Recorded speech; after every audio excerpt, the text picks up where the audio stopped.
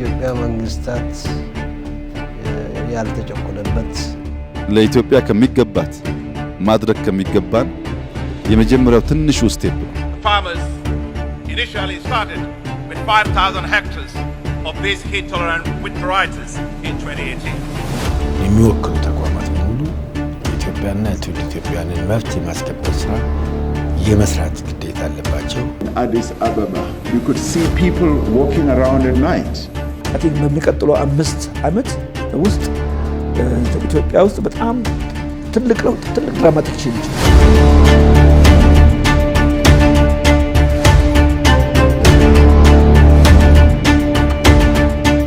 ኢትዮጵያ እንደ መንግስት በተዳደረችባቸው ዘመናት ሁሉ ገዢዎቿ የየራሳቸውን አሉታዊና አዎንታዊ አሻራቸውን በአገሪቱ ጥለው አልፈዋል። መንግስታት ያልፋሉ፣ አገርና ህዝብ ግን በታሪክ ቅብብሎሽ ይቀጥላሉ። የአገር መሪዎችን አዎንታዊ ጎናቸው ታሪክ ሲያወድሰው፣ አሉታዊ ጎናቸውን ደግሞ በአስተማሪነቱ ያወሰዋል። በኢህአዴግ ዘመነ መንግስት መጨረሻ ዓመታት አካባቢ የመበታተን አደጋ ተጋርጦባት ነበር። የለውጡ አመራር ተከሰተ እንጂ የለውጡ መንግስት ወደ ስልጣን ከመምጣቱ በፊት ተጨባጭ ሁኔታን አስከፊ ነበር።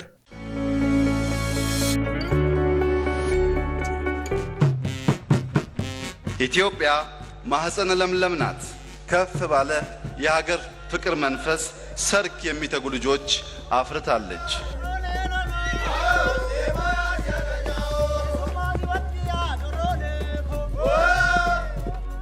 ከመጋቢት 24 ቀን 2010 ዓመተ ምህረት በፊት ኢትዮጵያ የነበረችበትን የፖለቲካ ቀውስ ተከትሎ የ17ቱ ቀናት የኢህአዴግ ስራ አስፈጻሚ ኮሚቴ አንድ ሰው ግንባሩን እንዲመራ መረጠ። እኚህ ሰው ደግሞ ዶክተር አብይ አህመድ ነበሩ። በምክር ቤቱ የአሰራርና የአባላት ስነ ምግባር ደንብ ቁጥር 6 2008 አንቀጽ 111 መሰረት ጠቅላይ ሚኒስትር ሆነው የተሰየሙት ክቡር ዶክተር አብይ አህመድ አሊ ቃለ መሐላ እንዲፈጽሙ እጠይቃለሁ። እኔ አብይ አህመድ አሊ በዛሬው ዕለት በህዝብ ተወካዮች ምክር ቤት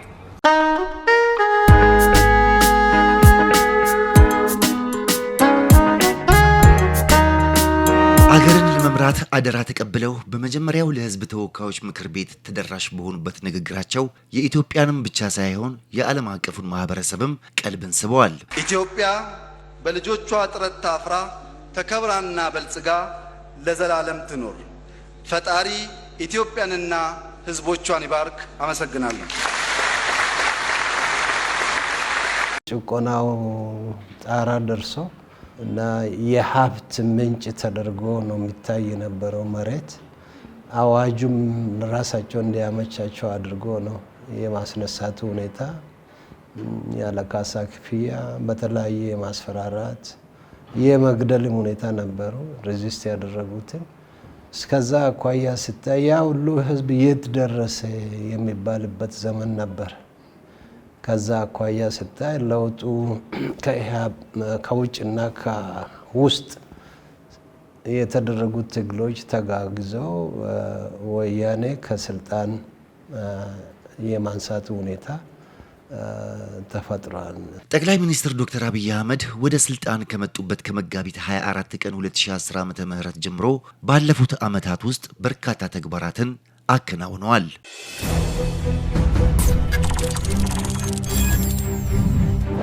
በወቅቱ በአገሪቱ ተጥሎ የቆየውን የአስቸኳይ ጊዜ አዋጅን ከማንሳት ጀምሮ የሴቶችን የፖለቲካ ተሳትፎ ማሳደግ፣ ለዓመታት ታፍነው የነበሩ የመገናኛ ብዙሃንን መክፈት፣ ጋዜጠኞችን ጨምሮ በሺዎች የሚቆጠሩ በጨለማ ቤትና በሌሎች ማረሚያ ቤቶች በፖለቲካ አመለካከታቸው ታስረው በስቃይ ላይ የነበሩ ወገኖችን መፍታት ይገኝበታል።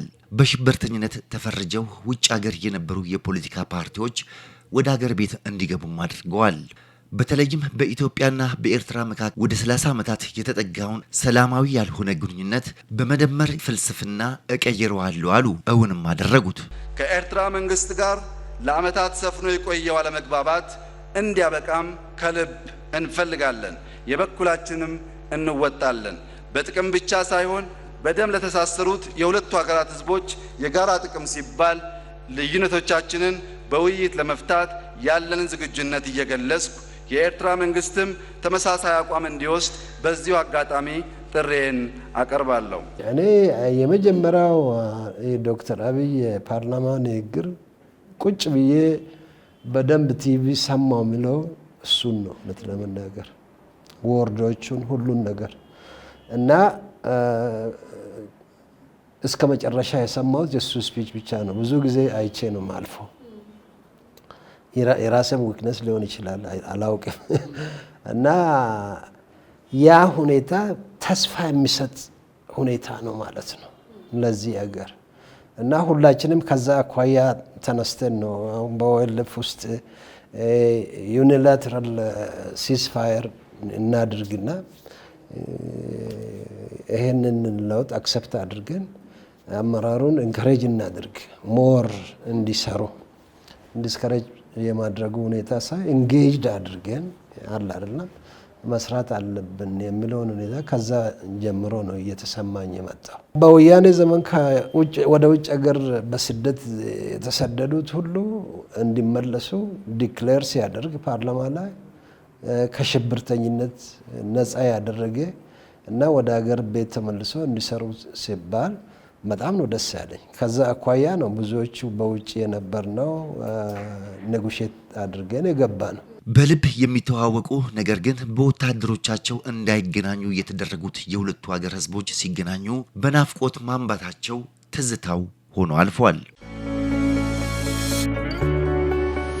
ከጎረቤት ሶማሊያ ጋርም ከ41 ዓመታት በላይ ተቋርጦ የነበረውን የሰላም ግንኙነትን ከ4 አስርት ዓመታት በኋላ በመታደሱ የአውሮፕላን በረራም እንዲጀመር ሆኗል።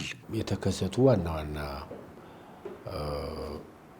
ግኝቶች ውጤቶች ማንሳት ይቻላል። ለምሳሌ ገና ሪፎርሙ እንደተጀመረ በኩርፊያና ባለመተማመን ታጅቦ የነበረው የኢትዮጵያና የኤርትራን ግንኙነት ለማሻሻል የተወሰደው እርምጃ እና ሰላም አውድ ውስጥ መገባቱ አንድ ትልቅ እርምጃ ነው።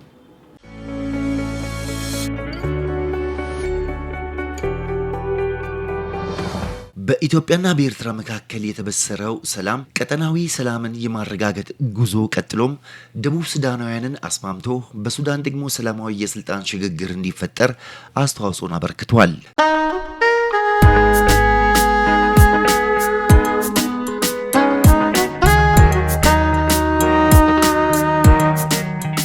ጠቅላይ ሚኒስትር ዶክተር አብይ አህመድ ከሀገራቸው ውጪ ታስረው የነበሩ ዜጎች ክብር እውን እንዲሆንም ወደ ሀገራቸው እንዲመለሱም አድርገዋል። በርካቶችንም ወደ ሄዱባቸው አገራት ታሳሪዎችን በተጓዙበት አውሮፕላን ወደ ሀገር ቤት እንዲመለሱም አድርገዋል። ኢትዮጵያ የዜጎቿን መብት በውጪ ኢትዮጵያ ኤምባሲዎች በውጪ ባሉበት አካባቢ የኢትዮጵያ ቆንስላ ጽሕፈት ቤቶችና ኢትዮጵያ የሚወክሉ ተቋማት በሙሉ የኢትዮጵያና የትውልደ ኢትዮጵያውያንን መብት የማስከበር ስራ የመስራት ግዴታ አለባቸው። ይህም በፕሮግራም አውጥቶ እየሰሩ ያለበት ሁኔታ ነው ያለው። በተቻለ መጠን ዜጎች በሀገር ቤት ስራ እንዲስፋፋና ሀገር ቤት ስራ እንዲሰራ የሚደረገው ጥረት እንዳለ ሆኖ በዓለም አቀፍ ደረጃም በውጭም የስራ እድል እንዲኖር የስራ እድል በሚኖርበት ጊዜ ህጋዊ በሆነ መንገድ ዜጎች ሄደው ሰርተው እንዲመለሱ ለማድረግ ተቋማዊ አሰራሮች ይሰራሉ። እንደዛም ሆኖ ግን በተለያዩ ውጫዊና ውስጣዊ ገፊ ምክንያቶች ውጭ ያሉ ዜጎች ችግር በሚደርስባቸው ጊዜ ለዜጎቹ መብት ከመሟጋት አንስቶ አስፈላጊ የሚሆንበት ጊዜ ደግሞ እንዲመለሱ የማድረጉ ነገር በስፋት እየተሰራ ያለበት ሁኔታ ነው። በርካታ ዜጎች ከውጭ እየተመለሱ ያለበት ሁኔታ ነው። አሁን ቅርብ ጊዜ እንኳን በጣም ሩቅ ከሆነውና ብዙም ካልተለመደ እና ማይነማር ከመሳሰሉት አካባቢዎች ጭምር ዜጎች ወደ ሀገር ቤት እየገቡ ያለበት ሁኔታ ነው ያለው። ኢትዮጵያ ለዜጎቿ ክብር ትሰጣለች፣ ለዜጎቿ መብት ትሟገታለች። መንግስት ለዚህ ደግሞ ተግቶ ይሰራል። ይህንም በተጨባጭ እያየን ያለንበት ሁኔታ ነው ያለው። ከዚህም ሌላ በሃይማኖት ተቋማት መካከል የነበረውን ግጭትና ለመግባባት እንዲፈታም እርቅና ሰላም እንዲወርድም አበርክቷቸው የላቀ ነበር። ለሁለት ተከፍሎ የነበረው የኢትዮጵያ ኦርቶዶክስ ተዋሕዶን ሲኖዶስን በማስማማት ከውጭ ሀገር ወደ ሀገር ቤት እንዲመለስም አድርገዋል። እኛ እየደረሰብን ያለው ዱላ ብዙ ነው። ይህን ሁሉ ዱላ ተቋቁመን በነጻነት እንደ ከዚህ ቀደም መሪዎች ተደብቀን አይደለም፣ በነጻነት እየዞር እንድንሰራ ያደረገን የእናንተ ጸሎት። በተመሳሳይ በእስልምና እምነት ተከታዮች ዘንድ ተከስቶ የቆየውን አለመግባባት በውይይትና በእርቅ እንዲፈታ ማድረጋቸው በእምነቱ ተከታዮች ዘንድ ከፍተኛ ክብርና ሙገሳን አስገኝቶላቸዋል። ቅር የሚል ካለስ ለአላህ ስጡ፣ ምን ችግር አለው? እሱ ይፈታል። ዋናው ዳኛ እኮ እሱ ነው።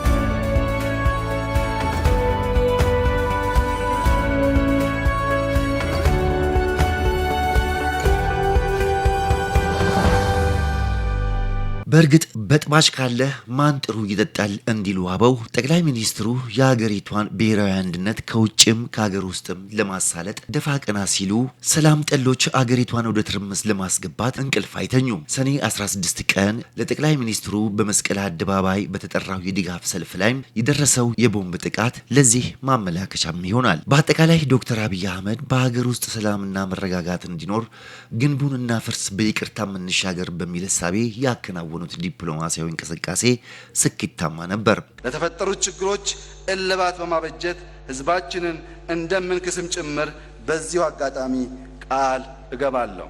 ይህ አስደናቂ ተግባራቸው ደግሞ የተጉ ሰዎችን የሚመለከተው የዓለም የኖቤል የሰላም ሽልማት ድርጅት አይን ውስጥ እንዲገቡ ማድረጋቸው። ጠቅላይ ሚኒስትሩ በቀጠናው ላመጡት ሰላም በኢትዮጵያ ሰላም ለማምጣት ባደረጉት ጥረት የ2019 ዓ.ም የዓለም የኖቤል ሰላም ሽልማት አሸናፊም ሆነዋል።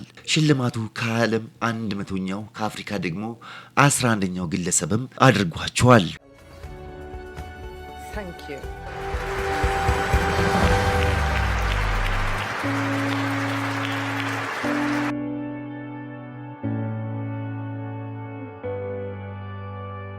I call upon the international community to join me and my fellow Ethiopians in our Madamar-inspired efforts of building enduring peace and prosperity in the Horn of Africa.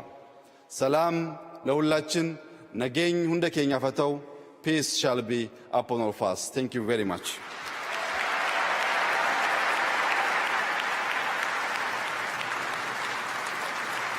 የሀገሪቷ ዲፕሎማሲያዊ ስትራቴጂ ጠላትን መቀነስ፣ ወዳጅን ማብዛት ነው። ኢትዮጵያ በዲፕሎማሲያ ጠላቶቿን እየቀነሰች ወዳጆቿን እያበዛች ወደ ብልጽግና የምታደርገው ጉዞ መንገዷን እያሰፋች ትገኛለች። ይህም ጠቅላይ ሚኒስትር ዶክተር አብይ አህመድ በሚያደርጓቸውና በሚሰሯቸው ውጤታማ ውይይቶችና ዲፕሎማሲያዊ ግንኙነቶች እየመጡ ያሉ አስገራሚ ውጤቶች ናቸው።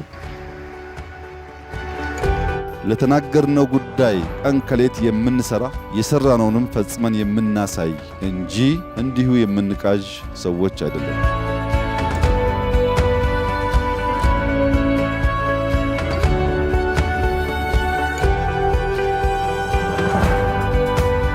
ይህም የለውጡ መንግስት መሪ ዶክተር አብይ አህመድ በሚያደርጓቸውና በሚመሯቸው ውጤታማ ውይይቶችና ዲፕሎማሲያዊ ግንኙነቶች እየመጡ ያሉ አስገራሚ ውጤቶች ናቸው። አገሪቱ የብሪክስ አባል ሀገር መሆኗ የውጭ ዲፕሎማሲ ውጤት ማሳያም ነው። ይሄም አንዱ እንግዲህ በውጭ ግንኙነት መስክ የተገኘ ትልቅ ለውጥ ነው ማለት ይቻላል። በእነዚህ በሰባቱ ለውጥ ዓመታት ማለት ነው። ብሪክስ እንደሚታወቀው ተጽዕኖ ፈጣሪ የሆኑ ሀገሮች በአባልነት ያሉበት፣ በኢኮኖሚም ከፍተኛ እድገት ደረጃ ያላቸው ሀገሮች በአባልነት የሚሳተፉበት ትልቅ አደረጃጀት ነው። ከብሪክስ ውስጥ በአባልነት መግባታችን በንግድ፣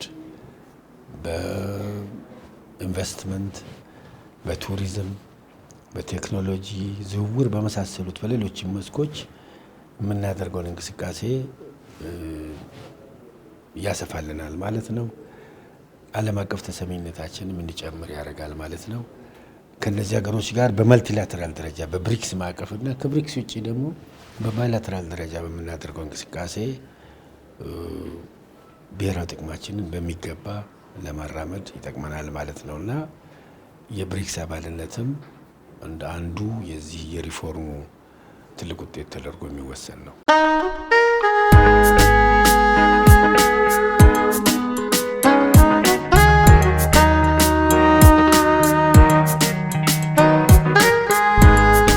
ተስፋ ሰጪው የኢኮኖሚ ስኬት የታላቁ የኢትዮጵያ ህዳሴ ግድብ ግንባታ ከቆመበት የማስቀጠሉ ስራ ተጠናክሮ ቀጥሎ ወደ መገባደዱም ደርሷል። ተርባይነሮች ኃይል ማመንጨትም ጀምረዋል። በቅርቡም እንደሚመረቅ ይጠበቃል። የታላቁ የኢትዮጵያ ህዳሴ ግድብ ግንባታ እዚህ ደረጃ ላይ እንዲሁ በዋዛም አልደረሰም። በታችኞቹ ተፋሰስ አገራት ሰንካላ ምክንያት የተነሳ በተባበሩት መንግስታት ድርጅት የጸጥታው ምክር ቤት በአንድ ዓመት ጊዜ ውስጥ ለ13 ጊዜም ስብሰባም ተቀምጧል።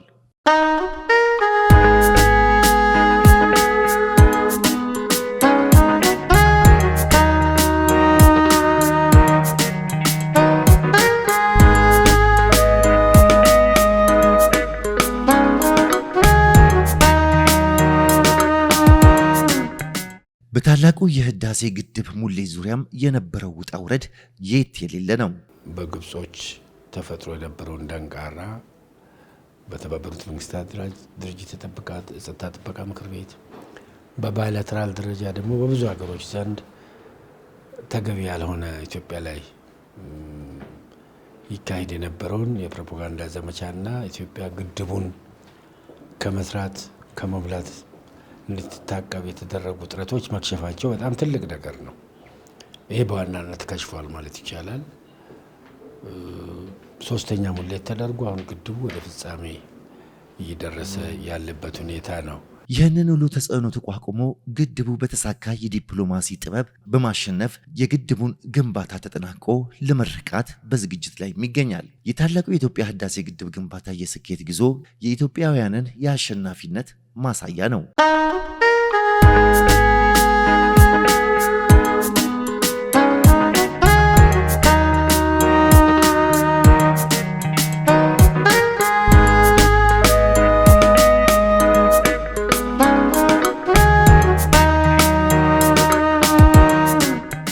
አስደናቂው የበጋ ስንዴ መስኖ ልማት ባለሙያዎች እንደሚሉት ከዓለም ከ70 በመቶ በላይ የሚሆነው ስንዴ በቆላማ አካባቢዎች የሚመረት ቢሆንም በኢትዮጵያ ግን ስንዴ የለየለት ደገኛ ነው። አሁን ግን ታሪክ ተቀይሮ ስንዴ በቆላማ አካባቢ ሊያውም በበጋ ለዚያውም በመስኖ መልማት ጀምሯል።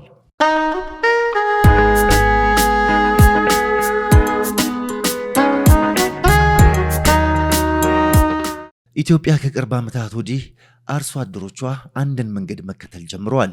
የክላስተር ግብርና። የግብርና ባለሙያዎች እንደሚሉት በአንድ አካባቢ ያለ ግብርናን በተሰባጠረና በአነስተኛ መጠን በተለያየ ሁኔታ ለየብቻ ከማምረት ይልቅ እርሻውም፣ ዘሩንም፣ አረሙንም፣ ግሪሳውንም፣ አጭዳውንም ሁሉንም የግብርና እንክብካቤ ስራ በጋራና በአንድነት ያከናውኑታል። የክላስተር ግብርና ለብዙ ነገሮች ይጠቅማል። ተመሳሳይ ደረጃ ያላቸው ሰብል ምርት ለማምረት ወጪን ለመቆጠብ፣ ጊዜና ጉልበትን ከማዳን አንጻር ፋይዳው የሌለ ነው። ይህ የክላስተር ግብርና አሁን ላይ ተስፋፍቶ ከዚህ ቀደም ጦም ያድሩ የነበሩ ለም መሬቶች እንካችሁ እያሉን ይገኛሉ የስንዴ ምርትን።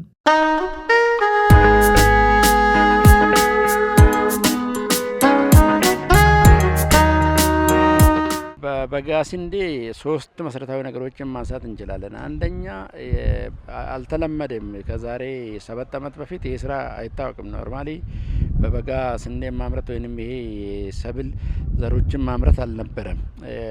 ፍራፍሬና ሌሎችን ሰብሎ ነበር ስንሰራ የነበረውና አንደኛ በስፋት በ2011 12 አካባቢ 7000 ሄክታር ላይ ነበር የሰራ ነው።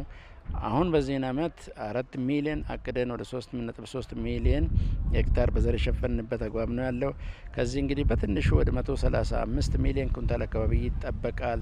እስካሁን ድረስም ወደ 30 ሚሊዮን ኩንታል ሰብስበናል። ስለዚህ ምንድነው ልማቱን ሌላ እድል እንድናይ ሌላ ፖቴንሻል እንድናይ ያድርጎናል። የስራ ባህልን ቀይሯል። አርሶ አደሩ፣ አርብቶ አደሩ፣ ባለሙያውም፣ አመራሩም የአርሶ አደሩ ቤተሰብ በሙሉ በዚህ ጊዜ ላይ እንዲያሳልፍ ተደርጎ ስራ ባህልን የቀየረበት አግባብ ነው ያለው። ገቢን ጨምሯል። በዚህ አንጻር ከሚያገኘው ምርት ገቢ ስለሚያመጣ ከዛ ወደ ኢንቨስትመንት መግባቱ እድሎች ስለተፈጠሩ በበጋ ስንዴ ላይ ትልቅ ድርሻ ተፈጠረው። በምግብ ዋስትና ራስን መቻል ብለን ያስቀመጥ ነው። የስራ እድል መፍጠር ብለን ያስቀመጥ ነው። ከሀገር ውጭ የሚገባ ከሀገር ውጭ ወደ ውስጥ የሚገባውን ምርት በሀገር ውስጥ ምርት መተካት የምንለው በሙሉ ያሳካ ነው የበጋ ስንዴ። ይህ ደግሞ ለሀገር የኢኮኖሚ እድገት ፋይዳው የጎላ ነው። የበጋ ስንዴን በመስኖ በፊት አልነበረው። አፋር ውስጥ ሶማሊያ ክልል የበጋ ስንዴ የሚባል አልነበረም በፊት። ባለፈው 5 ዓመት ውስጥ ግን ያ ተለምዶ በመስኖ ተዘርቶ የተሻለ ምርት ተገኝቶበታል። በነገራችን ላይ ከአግሮኖሚ አንጻር የኔ ባክግራውንድ የእርሻ ኢኮኖሚክስ ነው። የእርሻ ምርምር ነው ስራ ጀመርኩት በኢኮኖሚ ጥናት ሆኜና ክረምት ላይ ብዘራው ለምሳሌ ስንዴን አፋር ላይ ፍሬ አያፈራም በነገራችን ላይ ግን አሁን ስለዚህ ወቅቱን ጠብቆ እውቀትንም ተመርኩዞ የሚያብብበት ጊዜ ላይ የአየር የመሬት እርጥበትና የአየር ሙቀቱ ዝቅ ማለት አለበት፣ እርጥበቱ ከፍ ማለት አለበት። ስንዴ እና ክረምት በዘራ ክረምት ላይ ናሴ መስከረም ላይ ቢያብብ ከፍተኛ ሙቀቱ ከፍተኛ ነው በነገራቸው ወደዛና በዚህ ምክንያት እንትን ይሆናል መካን ይሆናል እና ኤኒዌይ አሁን ጥር ላይ የካቲት ላይ ማበብ ሲጀምር የሌሊት ቴምፕሬቸሩ ዝቅ ስለሚል እንትኑ አይሞትም፣ ዘሩ አይሞትም፣ ፍሬ ማፍራት የቻለበት በዛ ነው። ያ ማለት እውቀትንም መሰረተ ልማት የመስኖ መሰረተ ልማት ብቻ ሳይሆንም እውቀትንም ተጠቅሞ ተሰራ ስራ በመሆኑ ነው ውጤት እየተገኘ ያለውና የዛ ድምር ነው። ቀደም እናነሳሁት ኢትዮጵያ ከሚያስፈልጋት 132% አካባቢ ማምረት ችላለች የሚያስብለው ያውና ለማቀፍ ዳታ ነው። 132 ማምረተች ማለት እንደ ሀገር የምግብ ሉዓላዊነትን አስከበረች ማለት ነው። ከራሷ የምትርፍ ምርት ማምረት ችላለች ነው። ባለፉት ዓመታት ኢትዮጵያ የስንዴ ፍላጎቷን ለማሟላት ከውጭ ሀገራት እስከ $1 ቢሊዮን በሚጠጋ ወጪ ወደ ሀገር ውስጥ ስታስገባ ቆይታለች። አሁን ግን ነገሩ ተገልብጧል። ባለፉት ጥቂት ዓመታት ስንዴ ወደ ውጭ መላክ ተጀምሯል። ጠቅላይ ሚኒስትር ዶክተር አብይ አህመድ የመጀመሪያውን ስንዴ ወደ ውጭ በተላከበት ወቅት ይህንን ተናግረውም ነበር። ባሌ ላይ ያየነው ስንዴን ኤክስፖርት የማድረግ የማስጀመሪያው ሂደት ለኢትዮጵያ ከሚገባት ማድረግ ከሚገባን የመጀመሪያው ትንሹ ስቴፕ ነው። መላው የኢትዮጵያ ሕዝብ መገንዘብ ያለበት እኛ የምናልም ያለምነውን የምንናገር ለተናገርነው ጉዳይ ቀን ከሌት የምንሰራ የሰራነውንም ፈጽመን የምናሳይ እንጂ እንዲሁ የምንቃዥ ሰዎች አይደለንም። ከጅምሩ እናልማለን፣ ያንን በቅጡ እንናገራለን፣ ለዚያም ተክተን እንሰራለን።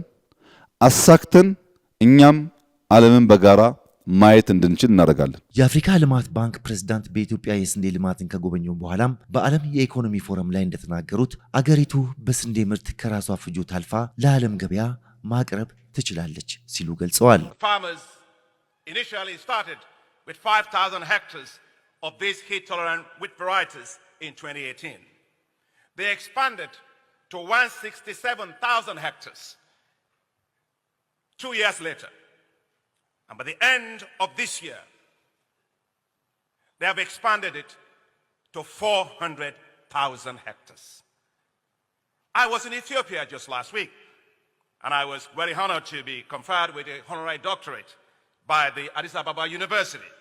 And I was having lunch with His Excellency Prime Minister Abiy Ahmed of Ethiopia. As I explained to him the 400,000, I was so excited about it. He leaned forward intently towards me. And I was wondering, why was it leaning forward intently towards me? He said, Akin, I was just waiting for you to stop because I wanted to tell you the following. And I quote him. Actually, Ethiopia's wheat production is now on 650,000 hectares.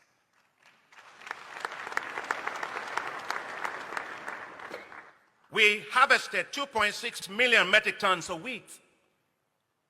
Ethiopia did not import wheat this year. Next year, we will cultivate 2 million hectares on the wheat. And he concluded, we expect to export at least 1.5 to 2 million metric tons of wheat to Kenya and Djibouti. Incredible, simply incredible. ከበጋ የስንዴ ምርት ጋር ተያይዞ የኢትዮጵያ አጠቃላይ ዓመታዊ ምርትም 132% መድረሱን ባለሙያዎች ያስረዳሉ። ኦፍ ትሬድ ባላንሱ ያለው ያ ማለት ኤክስፖርታችን አድጓል፣ ኢምፖርታችን በመጠኑ ከፍ ብልም ግን ከውጭ የምናስመጣው መጠን በዶላር መጠን እድገቱ መጠኑ ሳይሆን እድገቱ ቀንሷል። ከዓመት ዓመት ያለው ለውጥ ማለት ነው። ያም ነው ዛሬ ትንሽ በአንጻራዊነት ስናየው ከዶላር አንጻር ወደ 10 ቢሊዮን ነው ቅድም እንዳልኩት ወደ 20 ቢሊዮን የነበረው ማለት ነው ልዩነታችን ያለው ለምሳሌ 2024 አካባቢ ላይ 2023 24 ላይ ከጂዲፒ አንጻር ደግሞ 8% ነው ያለን እጥረት። ስለዚህ እየጠበበ ነው ማለት ነው ያለው የውጭና የገቢ ንግዳችን ስፋት የልዩነቱ ስፋት እየጠበበ ነውና ቀደም እንዳነሳሁት ኢትዮጵያ ታምርት ካለና የኢትዮጵያን ከገዛን ማለት ከውጭ የምናስመጣውን እየቀነስ እንሄዳለን ማለት ነው። ባለፉት 7 ዓመታት የሀገሪቱ የኢኮኖሚ ፖሊሲ ዘርፈ ብዙ ሆኗል። ለሀገሪቱ የኢኮኖሚ እድገት ከዚህ ቀደም ከነበረው ከግብርና መር የኢኮኖሚ ፖሊሲ በተለየ አገር በቀል የኢኮኖሚ ፖሊሲም ታንጿል። ግብርና መር የኢንዱስትሪ ልማት ፖሊሲ የሚል ነበረ። ስለ እውነት ግን ካየ ነው አጠቃላይ ግብርና መር ነበር ወይ ኢኮኖሚው የመንግስት ትኩረት ግብርና መር ነበር ወይ ብለን ብናይ አልነበረም። ቱ ቢ ፍራንክ ምክንያቱም በኤቪደንስ እናወራ ግብርና መር ፖሊሲ ከሆነ የግብርናን ምርታማነት ለማሳደግ መንግስት ትልቅ ኢንቨስት ያደርጋል አልነበረም። ኢትዮጵያ ከተበደራቻቸው ብድር ለግብርና የዋለው 4.2% በመቶ ያልበለጠ ነበር። ለኢትዮጵያ ለማዳበሪያ አቅርቦት እንግዲህ ለምሳሌ ምርታማነትን ለማሳደግ አንደኛው የአፈር ማዳበሪያን በበቂ እና በሚፈለገው መጠን ለእንትን ማቅረብ ነው። ለአምራች ገበሬ ነው ግብርና ኢንቨስተር ሆነ ገበሬ ማቅረብ ነው። ግን ከ420 ሚሊዮን ዶላር ያልበለጠ ነበር ማዳበሪያ ለዚህ ሀገር ገብቶ የሚቀርበው። የግብርና መር ፖሊሲ ነው ተብሎ ግን ግብርና አሁን ባለው በገበሬውን ብቻ በመቀስቀስ የተለያየ ነው የአግሮኖሚክ ፕራክቲስ የሚባለው ማለት ነው በማሳየት ብቻ ለውጥ አታመጣም። በቴክኖሎጂ ነው የግብርና ራሱ የሚመጣው። በግብርና ቴክኖሎጂ ላይ ኢንቨስትመንት አልነበረም። ሜካናይዜሽንን ለማስፋፋት አልነበረም። የግብርና መር ብለን የመስኖ ልማትን ለማሳደግ እምብዛም አልነበረም ሲደረግ ነበረው። ይልቁንስ ካየው በደንብ ጠረቅ ብለን ስናየው ትሬንዱንም ስናየው ያለፈው የኢህአዴግ መንግስት ትኩረት የሰርቪስ ሴክተሩ ነበር። ከሰርቪስ ሴክተሩ ንግድ ላይ ነበር አብዛኛው። ለምሳሌ 52% ለሸቀጥ ንግድ ነው ያለው ኢትዮጵያ ነው።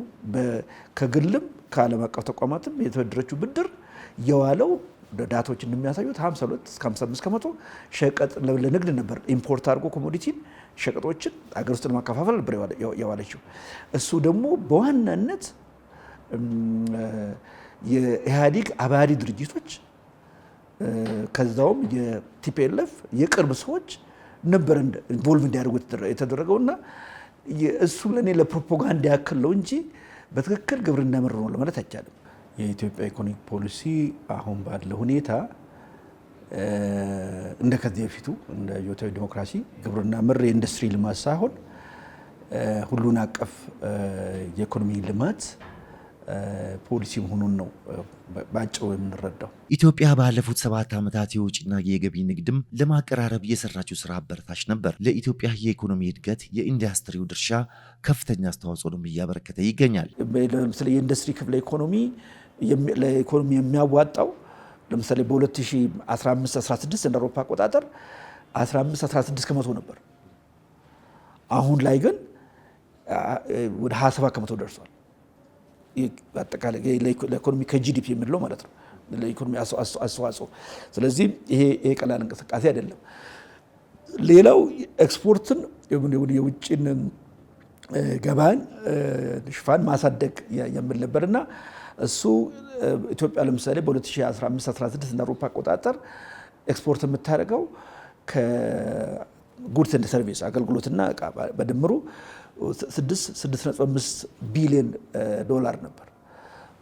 ዛሬ ላይ በአመት ከ11-12 ቢሊዮን ዶላር ኤክስፖርት ማድረግ ችላለች። በእርግጥ ከውጭ የምታመጣው እየጨመረ ነው። የመጨመር ደረጃው ግን ይለያል። መረጃዎች እንደሚያሳዩት እንግዲህ በአንክታድ እና የዓለም አቀፍ የንግድ ተቋም ዳታ ላይ እንደሚያሳየው ኢትዮጵያ በ1516 19 ቢሊዮን አካባቢ ነበር የምታመጣው። አሁን ግን 22-23 ቢሊዮን ደርሷል። ኢትዮጵያ ከፍተኛ ምርታ ካስመዘገበችባቸው የኢኮኖሚ ትሩፋቶች መካከል የዲጂታል ቴክኖሎጂው ተጠቃሽ ነው። የዲጂታል ኢኮኖሚ ነው።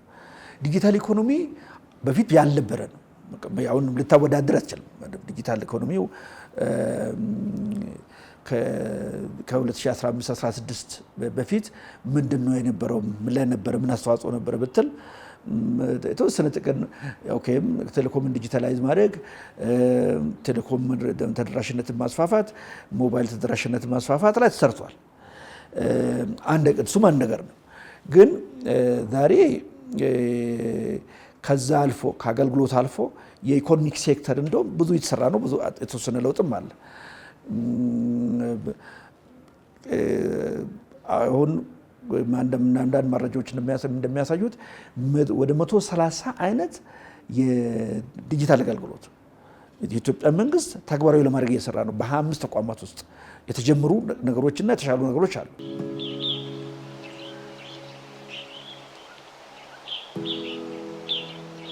ኢትዮጵያ በዓለም ላይ መነጋገሪያ የሆነችበት እውቅናንም ያገኘችበት ሌላው የአረንጓዴ አሻራ ልማት ተጠቃሽ ነው። የአረንጓዴ አሻራ ልማት በየዓመቱ የሚተከሉ የደንና የፍራፍሬ እጽዋቶች ቁጥር እያደገም ይገኛል።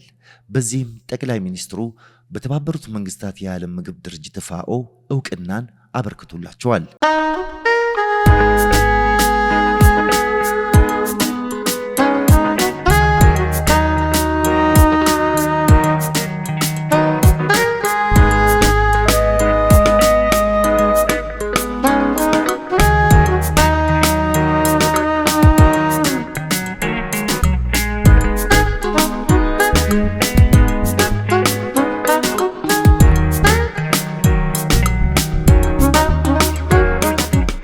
በኢትዮጵያ ከቱሪዝም ዘርፍ የሚገኘውን የኢኮኖሚ ፍትሃዊነት በሁሉም ክልሎች ለማዳረስ እየተሰራ ያለው ዘርፍ ብዙ ስራ አጀብ የሚያሰኝ ነው። በጠቅላይ ሚኒስትር ዶክተር አብይ አህመድ ሀሳብ አመንጭነት በገበታ ለሸገር ተጀምሮ ውጤታማነቱ የታየው ሽፍንፍኑን ውበቶች የመገላለጽ ስራ ወደ ገበታ ለሀገር ተሻግሮ አስደማሚነቱን አሳይቷል። የአፍሪካ ህብረት መቀመጫ የሆነችው አዲስ አበባ እንደ ስሟ አበባ ለማድረግና የማሽብረቁም ስራ ተጠናክሮ ቀጥሏል። ለአፍሪካ ህብረት የመሪዎች ጉባኤ ላይ የተገኙ መሪዎችና ከፍተኛ ዲፕሎማቶች የሰጡት አስተያየትም ይህንን ያመለክታል። የደቡብ አፍሪካው ፕሬዝዳንት ሴሪል ራማፎዛ ይህንን ብለዋል። Addis Ababa, you could see people walking around at night because it is a lit up city. It is a clean city. You could see they walking around freely. Lovers holding hands, and precisely the sight that many of you would like to see of lovers walking in the street, holding hands, loving each other, but loving the city as well.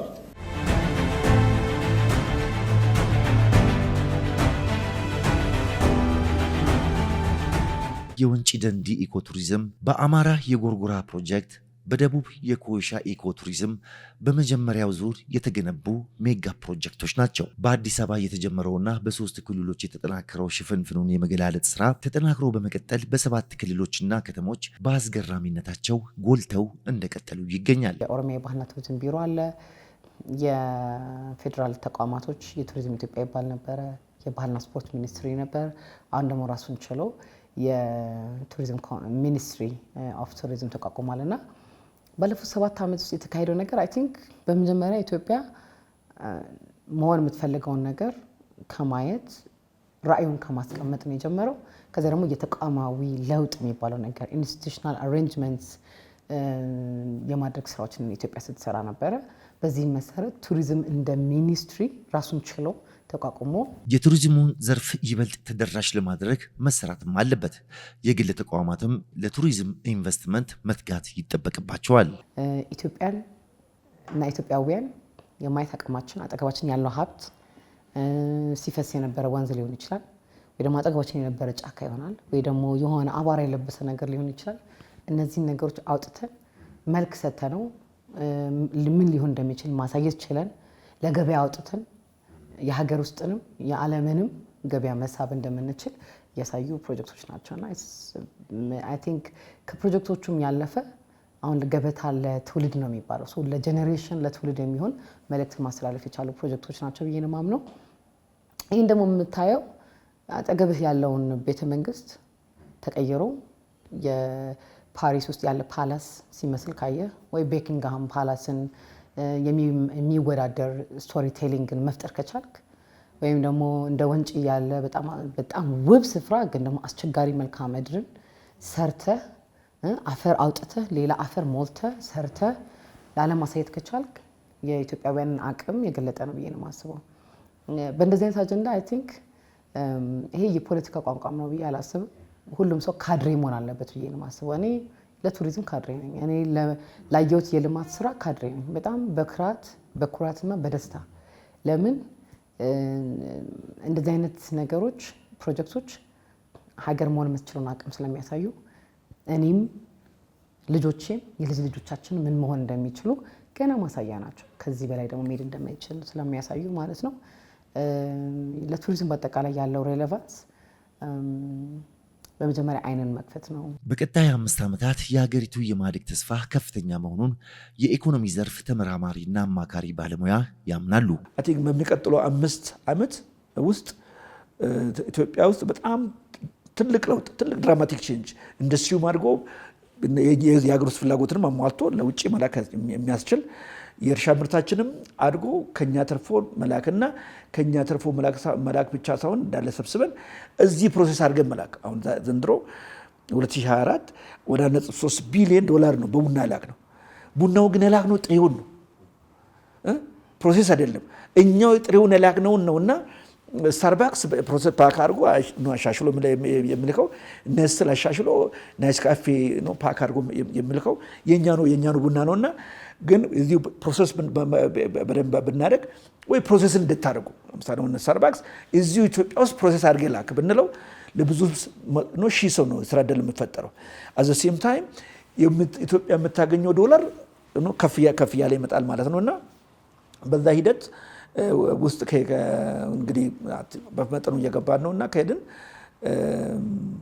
የውጭ ትሬድ ባላንሳችን አይ ቲንክ ከ5 ዓመት በኋላ ዜሮ ባይሆን አይ ቲንክ ከ5% ያልበለጠ ልዩነት ይወርዳል የሚል ግምት አለኝ። አሁን ባለው ትሬንድ የተሟላ ጤናማ የኢኮኖሚ እድገት ለማስመዝገብ የሀገሪቱ ሕግ ተግባራዊ መደረግ አለበት። አንድ ነገር ሕግ የሚያወጣው ፓርላማ የሚመስረተው ፓርላማ እኮ ሕግ አውጪ አካል ነው የሚባለው። ሕግ እንዲያወጣልን ነው አገሪቷ የምትተዳደርበትን። በተለያየ ጊዜ ፓርላማ ያወጣውን ሕግ ከማተገበር ከሆነ ፓርላማ ምን ያስፈልጋል? ምክንያቱም የሕግ አውጪ አካል ነውና። ስለዚህ ሕግ አስፈጻሚው ፓርላማ ያወጣውን ሕግ ማስተግበር ካልቻለ ምንድነው የፓርላማ ጥቅም? እና ለምሳሌ ገንዘብን በሕገ ወጥ ማዘዋወር፣ ንግድን ያለ ሕጋዊ ፍቃድና ስርዓት መነገድ ሕገ ወጥ ነው። ጥፋት እንደሆነ መቀጣት ያለበትን ነገር ያስታውቃል። ግን ሜዳዝ ግን በአደባባይ የውጭ ምንዛሪን የሚነግድ ህገወጥ ነጋዴ ሁሉም የሚያይበት ማንንም የማይሉ እንኳን ከቁም ነገር የሚያቆጥሩበት አገር ውስጥ ግን ቁጭ ብለን ያለን አይ ቲንክ የውጭ ምንዛሪ እጥረት ቢፈጠር እኔ ብዙ አይደንቀኝም። ግን አይ ቲንክ እሱንም ቁጥጥሩን ትንሽ ጠበቅ እያለ ነው። አይ ቲንክ የበለጠ መጥበቅ ከጠበቀ የተሻለ መንገድ ላይ እንደርሳለን የሚል እምነት አለኝና በአጠቃላይ ጠቅላይ ሚኒስትር ዶክተር አብይ አህመድ ወደ ስልጣን ከመጡ በኋላ እየተገነቡ ያሉ ሜጋ ፕሮጀክቶች በዚህ ጊዜ ተጠናቀው ለምርቃት መብቃታቸውን ላስተዋልና ላየ በታላቅ ተስፋ መሞላቱ አይቀርም። እዚህ ላይ የጠቅላይ ሚኒስትሩ የአመራርና የውሳኔ ሰጪነት ክህሎትን ሳያደንቁ ማለፍ ንፍጉነት ነው።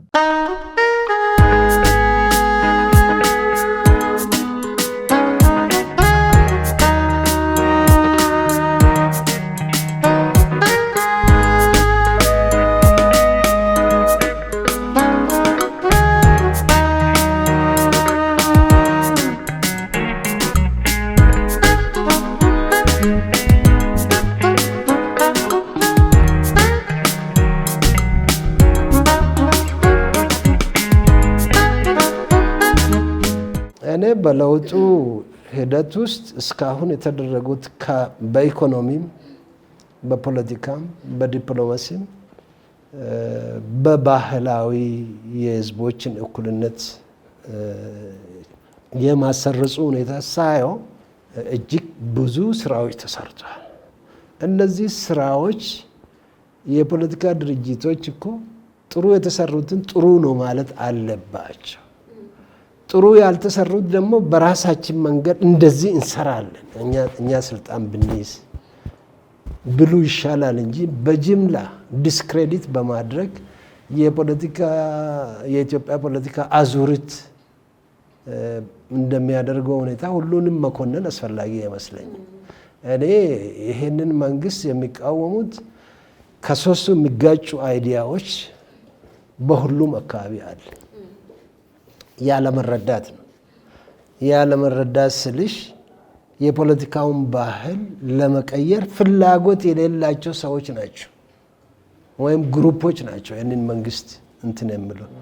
እነዚህ ሰዎች ደግሞ ወይም ግሩፖች የሌላ መንግስትን ሄጀሞኒ በኢትዮጵያ ውስጥ በኢትዮጵያ ፖለቲካ ኢንፍሉዌንስ እንዲያደርጉ የማድረግ ሁኔታ በቅጥረኝነት የሚሰሩ አሉ። እሳቸው የወንዶች ቁና የተናገረውን የሚኖር አገሩ ኢትዮጵያን በፍቅር የሚወድና ለሀገሩ ክብርና ጥቅም አንገቱን ለካራ ደረቱን ለጥይት ለመስጠት የተዘጋጀ ልበ ሙሉ የታላቁ ሀገር መሪ የዓለም የሰላም ሎሬት አሸናፊ ናቸው። ዶክተር አብይ ስለ ሀገር መከላከያ ሰራዊት ማውራት ብቻም ሳይሆን ህይወት የሚደገም ቢሆን ደግመው ደጋግመው መስዋዕት ለመሆን የተዘጋጁ ናቸው። በቃ ይህ ነው እውነቱ።